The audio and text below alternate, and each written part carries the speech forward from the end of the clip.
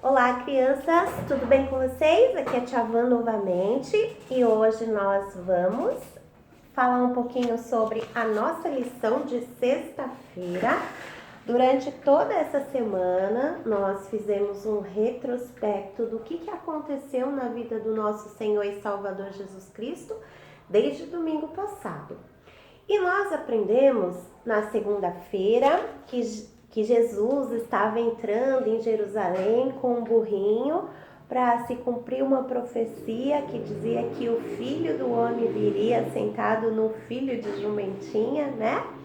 E nós vimos a história que fala sobre a entrada triunfal de Jesus lá em Jerusalém, onde o povo tiravam as suas capas e colocavam na estrada para que Jesus passasse.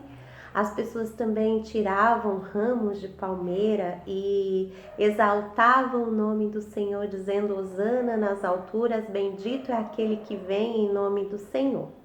E Jesus entrou em Jerusalém, sendo glorificado, sendo exaltado. Aprendemos ainda que logo depois de entrar, Jesus se reuniu com os seus discípulos para celebrar a Páscoa, que até aquele momento celebrava a Páscoa judaica, que foi quando o povo de Israel, que era escravo no Egito, foi liberto por Deus através das 10 pragas que Deus enviou. E a última praga, a morte dos primogênitos, né? Onde o povo tinha que sacrificar um cordeirinho, pegar o sangue do cordeiro, colocar nos umbrais, nas portas, para que o anjo da morte não entrasse na sua casa. E assim, todos os filhos dos egípcios, todos os primogênitos morreram e finalmente o rei do Egito autorizou a saída do povo de Deus. Essa foi a primeira Páscoa e era essa Páscoa que Jesus estava celebrando com os seus discípulos. Mas, naquela última ceia de Jesus, ele deu um outro significado para a Páscoa, né? Primeiro, Jesus ensinou uma lição de humildade para os seus discípulos. Ele pegou uma bacia e lavou os pés de cada um dos seus discípulos, dando uma lição de humildade, de submissão, e nos ensinando que nós devemos ser humildes e servir uns aos outros, porque o próprio Deus, o próprio Jesus, ele serviu os seus discípulos, né?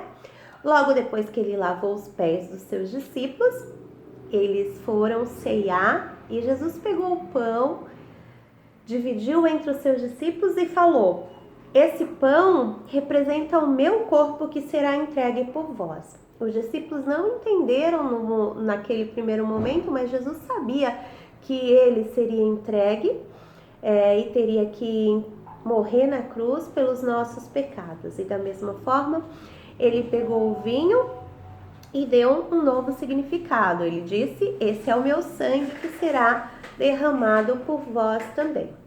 Depois disso, Jesus falou para os discípulos que entre os 12 havia um que o trairia. Judas sabia que era ele, mas ninguém desconfiou, porque em momento nenhum Jesus tratou Judas de maneira diferente. Jesus era bom, né? Jesus não era capaz de guardar raiva, mágoa. Nenhum dos discípulos desconfiaram, porque Jesus amava Judas. Depois que a ceia terminou, Jesus chamou alguns dos seus amigos para orar no jardim do Getsêmani, né? Ali nós vimos que Jesus estava precisando muito da força do Espírito Santo e pediu aos seus amigos que vigiasse, que orasse, porque logo, logo ele seria entregue nas mãos dos soldados romanos. Mas os seus discípulos dormiram, eles estavam cansados e não conseguiram ajudar Jesus em oração.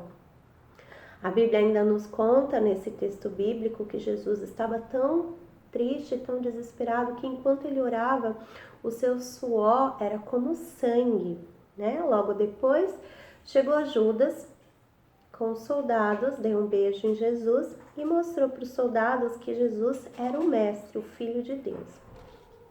Depois disso, os discípulos que estavam com Jesus saíram correndo, fugindo, para não ser preso com Jesus.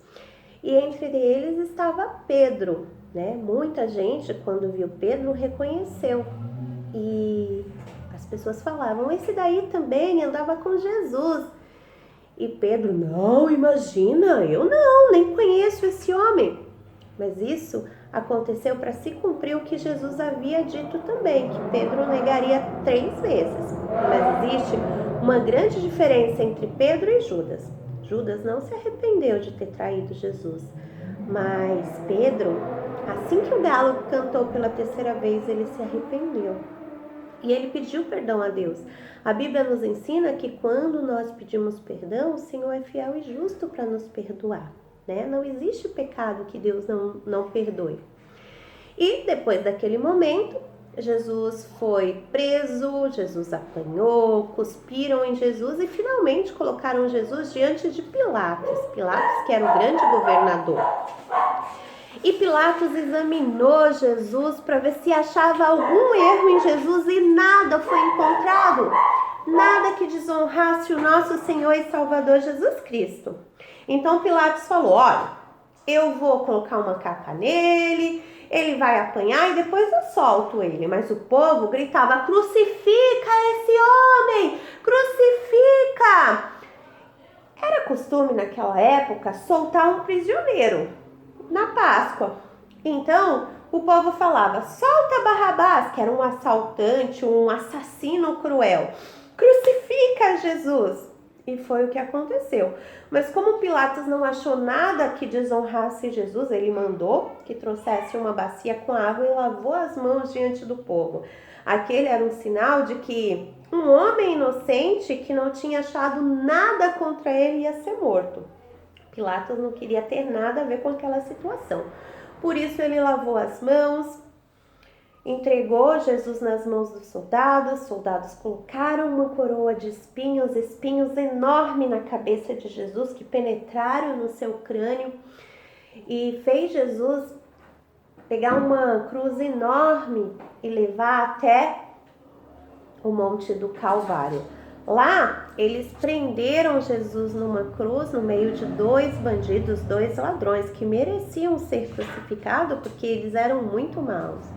Mas nosso Senhor e Salvador Jesus Cristo, ele não merecia estar preso naquela cruz.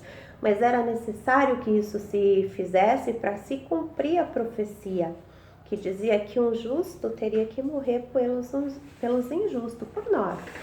E a Bíblia diz que sem derramamento de sangue não há remissão de pecados. A Bíblia ainda nos conta que meio-dia daquela sexta-feira, o dia se tornou como noite. A ira de Deus estava sobre o nosso Senhor e Salvador Jesus Cristo. Ele tinha sido humilhado, ele tinha sido surrado, e quando ele estava no auge da dor, derramando todo o seu sangue, ele gritou, Pai, por que me abandonaste? Deus teve que fazer isso para que eu e você fôssemos justificados. Para que o nosso pecado fosse pago. O castigo do nosso pecado estava sobre o nosso Senhor e Salvador Jesus Cristo. Ele precisava derramar o seu sangue para nos purificar.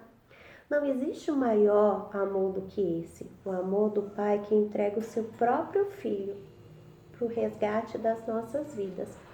Lá em João, capítulo 3, verso 16, fala o seguinte, porque Deus amou o mundo de tal maneira que deu o seu Filho unigênito, para que todo que nele crê não pereça, mas tenha a vida eterna.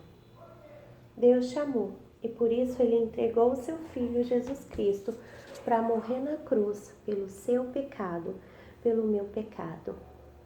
Hoje, sexta-feira santa, é o dia que nós recordamos o sacrifício que Jesus fez por nós.